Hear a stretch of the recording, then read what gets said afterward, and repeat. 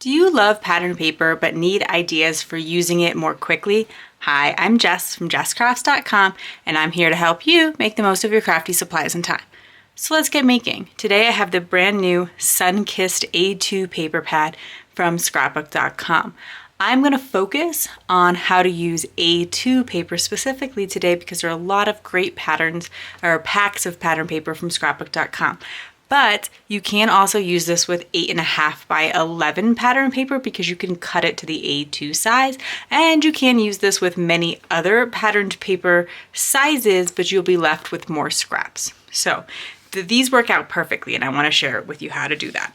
We are going to be using some A2 background dies from Scrapbook.com. I picked some that I think work particularly well for this techniques or like this kind of style of crafting, like how you could do it quickly, but you can do it with some more intricate dies. So today we're working with Wavy Sun, vertical stripes with rounded corners. I think there's maybe a horizontal version too, so if you have that one. Of course, look through your stash, see what you have, or check out the different varieties at scrapbook.com because they have a lot of great choices. Wavy with dots and the hello. There are similarly happy birthday and hi, love you that I happen to own. There might be even some more. There's other background dies that are a little more intricate like the mosaic or the honeycomb, and you can absolutely use these too, but I'm going to try to show you the little more simpler way of doing that. So I have pre-cut a lot of stuff. So we're gonna try to keep this video short, but I wanna talk to you about how I go about choosing papers and the best way to get these dies through your machine. So, for instance, if I were trying to create cards with the hello die, I would want to pick 2 patterned papers because you're going to get the hello, and then you're going to want to put the rest of the pattern paper on the inside, and then the one that becomes the insides, and there's more little pieces here. Then the second time you've cut it, you'll get the hello in the purple, and then you'll be able to add the starfish in this instance to the background. So you're gonna get like a 2-for-1 deal. And keeping that in mind, it's important to pick 2 papers that contrast enough that you're going to be able to see both designs. You want to be able to read the word hello. So that's why I went with a solid and a more patterned piece. Now you don't have to go with a pure solid. This pattern paper collection just has a couple solids as the backs. This is a 40 sheet pattern paper. So you get a lot of each sheet. But if you didn't want to go with like a completely solid, you might want to choose one where it's like a semi-solid, which an example of that might be this dot paper, which does have a solid on the back, or this palm tree paper. So it might provide enough of a contrast that you'd still see it, this yellow one with the lines. So you want to pick 2 or however many you need coordinating pieces of patterned paper. So for the word dies, that's 2 that you're going to need, 2 pieces. And then the stripes die, you could do it as simply as cutting just 1 sheet of pattern paper and doing something like alternating them for double-sided papers like this. So I can turn it over. There's a little bit of mint tape on the back of that one. And then I could have the plaid, then the fish, plaid, fish, plaid, fish. And then that alone could be a pretty interesting card. I did choose to cut 3 different pattern papers just so I could mix it up a little bit more. In fact, that means I can use only 1 stripe of each one because it creates 6 strips every time you cut the die, but you can go for as many or as few as you want. I would consider that if you have a patterned paper that is directional on both sides, I don't think it will work because I think when you turn it over, then some of your pattern will be upside down. So, always test that out, but like this one is clearly directional. The other side isn't although the stripes wouldn't line up in color order. So that's something to consider. So you just want to be like a little bit cautious, maybe test one out, be okay. And then, if you find out, oh, it doesn't work because it was directional on both sides, you can always just cut another piece of paper that doesn't have that directional problem and just keep kind of mixing them up till you figure it out. It's because of the rounding on the edges. In order for that to line up, you can't just kind of switch them around, but the inside ones don't matter as much. I hope that that makes sense, but it's just something I wanted to point out in case you just go for it with double-sided directional pattern paper. But I'm going to be mixing up quite a few patterns for that one. The Wavy Sun. This one I kind of like the idea of just doing some, you know, yellows and oranges. You will have to kind of do some puzzling to fit the pieces back in because not every piece fits in every slot. So you'll have to figure out, oh, which slot did I actually, you know, get this one out of. But then we could do it with the reverse side. I just would consider that if you have a really heavily patterned paper, you might want to do something more solid for the other side. Which this won't work out because even though there's a solid on this side, it depends on what side you cut it on. So that's why we're going to talk about those tips as well. So I would mix, if you're going to want to do a like really patterned paper, pair it with something much more subtle. Okay, but we're going to be using the yellows and oranges for that one. And then the wavy with dots, we also need to consider the directionality because when we switch it over, because we have to fit everything back like a puzzle, you might wind up turning something upside down. So just be aware of that as you go through, but I did decide to pick two, and then I know whichever side I cut as the front, which is pushed the embossing into it, because this die does also have embossing, and something to consider about any die you're picking, sometimes there are some embossing details that will also determine which side of the pattern paper you can use. You can't always just turn it around. But you can mix and match patterns. Oh, can I figure out which one this actually is? There we go. So when I've picked a pattern paper that I want to cut for my cards, then I am going to lay it down. The side that I want to be the front needs to be facing the die where the cut lines are, especially important again with those embossing. And then we're going to line it up with one side, especially when you're working with the Scrapbook.com papers. Everything lines up really beautifully. And then I like to tape it down. I usually just tape the top and the bottom. I have my Scrapbook.com mint tape. I have my dispenser for it to make it even easier to tear a sheet off. As you're taping it down, make sure you're continuing to be sure it's lined up on those side edges too, because there's not really much room for error because we're kind of doing like a no scrap thing. You're using every little bit of the paper. Then I can bring my die cutting machine over. I have my Scrapbook.com magic mat. One of the things I really love about it is that it does really push in any embossing detail because it has a little bit of like give to the mat. It's not a hard piece of plastic like your traditional cutting plate. So I've replaced my bottom cutting plate with my magic mat. And then I can feed it through a machine. This is a Spellbinders Platinum 6, but it's the black Scrapbook.com special edition. Sorry for that shake there. I don't usually do die cutting on screen because of that. But since this is such a die cutting heavy technique, now in this case, because of the rounded corners, there are these little scraps left over. I'm not worried about those. I'm just going to toss them. But for most of these cards, there's actually not even any scraps left over. It cuts it absolutely perfectly. So then we can flip our pieces over, and you'll see, like I say, I wanted to just flip these around so that I can make just one card with this. I absolutely can because there's no problem with turning that one upside down because it's solid on the back. So one side being non-directional helps. And so then also you might be thinking, okay, that's a lot of, because like now I've cut the tape, if you've noticed. And so you're using up quite a bit of tape. Like this is much harder to use this little piece, but in order to make the most of it, when you go to cut your next piece of paper with the die, what I would suggest to do is then peel this off the die, and it should be enough to hold it down a second time.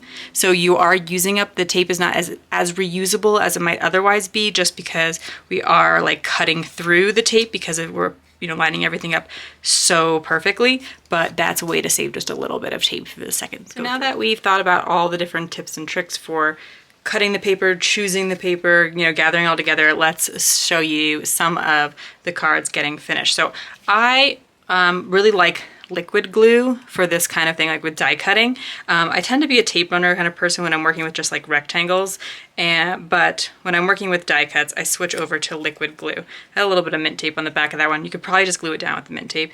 If, when you're working with your Artiste glue, you're noticing it's not coming out maybe as quickly as you're used to, remember that is what this cleaning pin is for. Should have come with a stainless steel cleaning pin, and you can just kind of push it up and down a few times to clear out any clogs, and that should help it to work a little bit better. And then, as we mentioned before, we're just kind of puzzle piecing all of these back in, and we'll glue them down. I kind of like to trace the outsides because I have the fine tip on there. It doesn't put too much glue down at one time, and therefore when I put it at the edges, it doesn't tend to like squeeze out the side, but it does make sure all of my sides are down firmly. So grab a piece, find out where it goes. I'm not going to show you every little glue step on this particular card, but and trace the outline. You keep going until you've fitted the entire sun design back together, and then you just repeat with the reverse, whichever pattern you chose for the second one.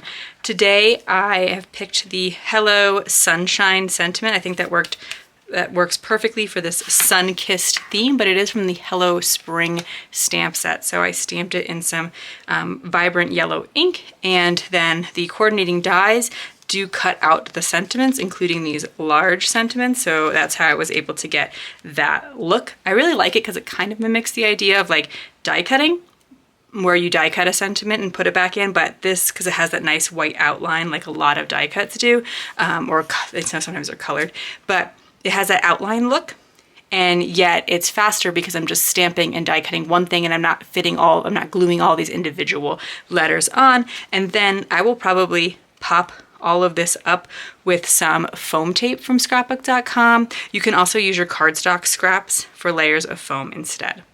When working with Wavy with dots, you just kind of want to decide which one is going to be your top. If you used a directional pattern paper, my fish, I think, are directional. And so therefore, whichever side I cut as the top when I made my cuts is the side that I'm going to have to use as the top in this case, which I think I did it such that it's facing this way, and this like partial piece is the top, but it could be this one too, depending on how you cut your paper. Just something to pay attention to before you start gluing. Like if one of your papers is directional, it'd be a shame if you glued that one down first and then realized that your other paper no longer worked because you had to make sure your patterns were the same. So, you know, you might even want to lay the whole design out first before you start gluing, but at the very least, make sure you've tested both of your papers. And then again, I'm just gonna be able to go with a quick outline. A larger piece like this, you might also wanna put a little bit of glue in the center, but I try not to do too much glue as that can warp your paper. I've never experienced that with the Scrapbook.com glue like I have with their Artiste craft glue. I have with others, but something to keep in mind. And then you're gonna keep going until you've, again, puzzle pieced your way back down to a complete card. Sometimes when you're trying to lay down a die cut and you really need things to line up perfectly, you have to be pretty gentle because it can be easy to kind of manipulate a straight line into a curve by shifting it around too much. So I like to kind of let things fall sort of naturally. So here I've kind of let it settle a bit first. I've lined up the edges, and then I'm ready to press my hello down, and I want to make sure that I'm pressing more directly down than pushing up or down on it so that it's more likely to land in the actual place it should be, so that when I go to fit all my puzzle pieces back in, I haven't shifted anything so far up or down that these pieces don't exactly line up. It's impossible to be perfect, and if you work while things are still wet, you can kind of wiggle things around a bit more, but just sort of being aware of that.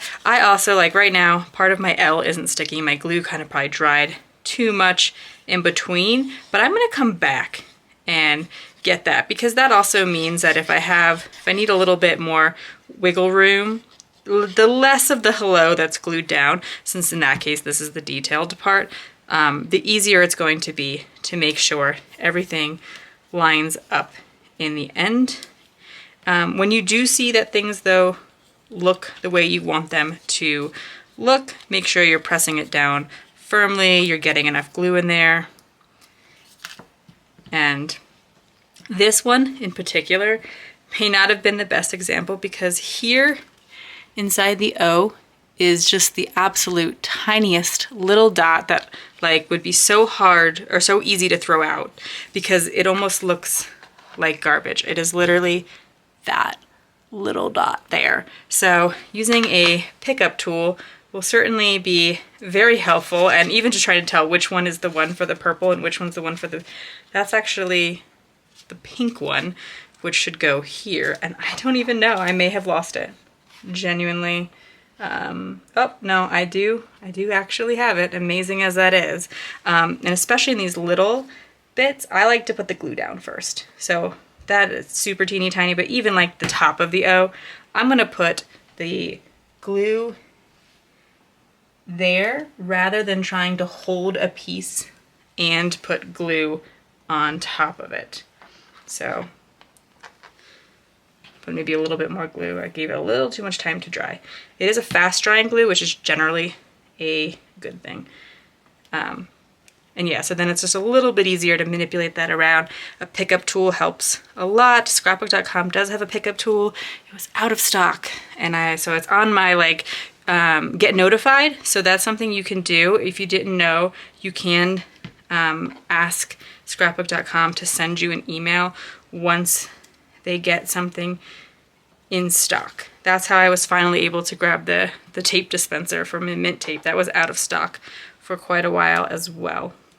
I would say maybe put glue down in just one or two spots. That's especially important. Like say you were working with this one and you were trying to fit all of those back in, then you would want to be careful about you know, not gluing too many and then just having to repeat yourself. Although there are some tricks that you can do, like if you were trying to fit all these back in, you can try to like pick up a couple of pieces at a time. I want to think if there's one of mine that I can show that to you, kind of the striped one that I will do next. So let me show it to you with that one. So we'll move on to my last design and my last tip for making these kind of things work, making it, you know, actually be kind of quick. So I have one of each pattern. I cut out of 3 pieces of paper, but each paper has a different pattern each side. So like these seashells on the back are the other seashells. And here I generally do recommend kind of like placing them out and sort of messing around with them to see which arrangement you like best. I would generally, if you're like working with a lot of pattern papers, what's nice is a designer has decided all of these papers go together well. Like they've made a cohesive collection. So you don't have to be worried that your papers don't match, but you know, there are some decisions to be made around that. For instance, this paper is a little bit more on the busy side. There's a lot more going on that paper. So maybe I want to ground it by putting my most solid paper next to it, and then go to another busy paper, and then maybe another more solid paper. But then I'm left with kind of 2 busies down on this side, so maybe I want to mix it up, but also maybe I want to think about color balance. Like if you know, if 3 of the sheets have pink in it, did I put all the pink in the center? And that could look good. Like that's not necessarily a bad thing. Or do you want to spread out your pink? Like these 2 have the same color palette as this one here on the end. So then maybe I do want to spread that out a bit. And it's okay that these two, perhaps busier, although I would argue this one's not like actually terribly busy. So, you know, basically kind of manipulating it around, seeing what you like. I'm trying to point out some things that you might take into account.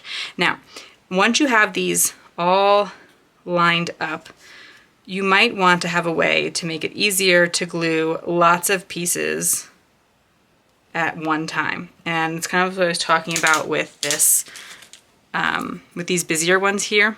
And this is going to be a little bit different, but what you could do is take some Scrapbook.com mint tape and tape across them so they're all lined up on the top and bottom. You only have to do that work once, and you don't have to keep lining them up. You can even do it in 2 spots, although I made this piece a little bit short. And for bigger ones like this, you might even want to take out your like 4-inch mint tape and come across the die cut pieces. So once you have it die cut out, you could potentially just pull up the pieces you need with your mint tape and then add glue to the back and perhaps fit them all back down. So I'll show you what I would do now that I have them all lined up. I can add adhesive to the back of all of these at one time, and that also kind of helps you when you're working with lots of little pieces. You don't have to glue each individual one. This is not so much of a concern here. Oh, see, that's why it would have been nice to put a strip along the top and bottom. That was my mistake though. Okay. I'm gonna keep doing it. Sorry about that, guys. I guess it's one of those do as I say, not as I do, because I messed up that bottom, lining it up there, but okay. Then we should be able to flip the whole piece back over and glue it down as if it were one piece instead of having to glue each individual one. And then because the Scrapbook.com mint tape is low tack and doesn't leave any residue,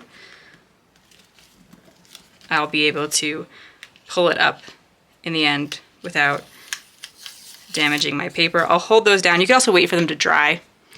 It's just kind of a way of like holding things in place while they dry.